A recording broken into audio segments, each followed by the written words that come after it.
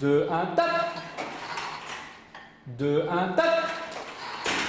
Bienvenue au Centre d'expertise de la performance de Dijon. Cette structure de l'UFR STAPS est spécialisée dans la préparation physique et la recherche.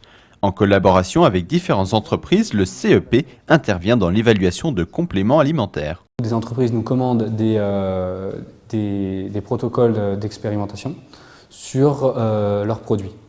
Et ensuite, donc nous sommes amenés à proposer à ces entreprises certains types de protocoles en leur faisant comprendre ce qu'il faudrait tester pour mettre en avant leurs produits et vérifier si véritablement ils marchent ou non.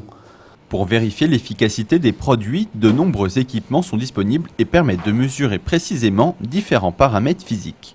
Évaluation de la force, de la puissance, de la récupération, de la VO2, donc l'analyse du gaz expiré lors des tests aérobie.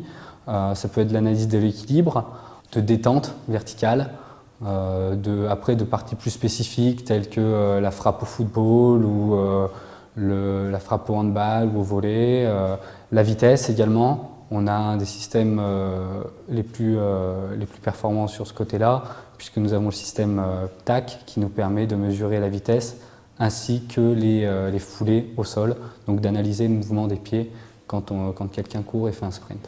Voici un exemple de test avec cette échographie des quadriceps. Donc je vais réaliser une mesure d'ultrasons. C'est des ondes sonores en fait, qui sont répercutées et derrière ça va m'envoyer une image. Donc c'est exactement comme une échographie à l'hôpital pour les femmes enceintes, c'est pareil, sauf que là on se centre sur le muscle.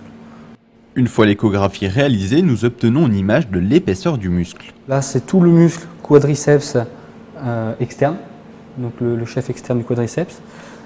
En dessous, la deuxième aponévrose qui signifie la fin du muscle.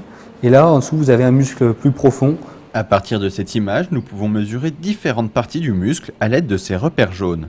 Plusieurs mesures sont réalisées avant et après l'entraînement afin de calculer les différences de taille. Cette année, nous sommes en train de mener 2 expérimentations sur des compléments alimentaires, donc des protéines.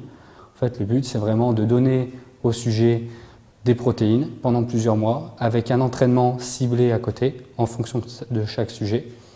Et à la fin de cet entraînement, nous comparerons les valeurs de test pré-entraînement et post-entraînement, ce qui nous permettra de dire à la société si ces produits marchent ou non.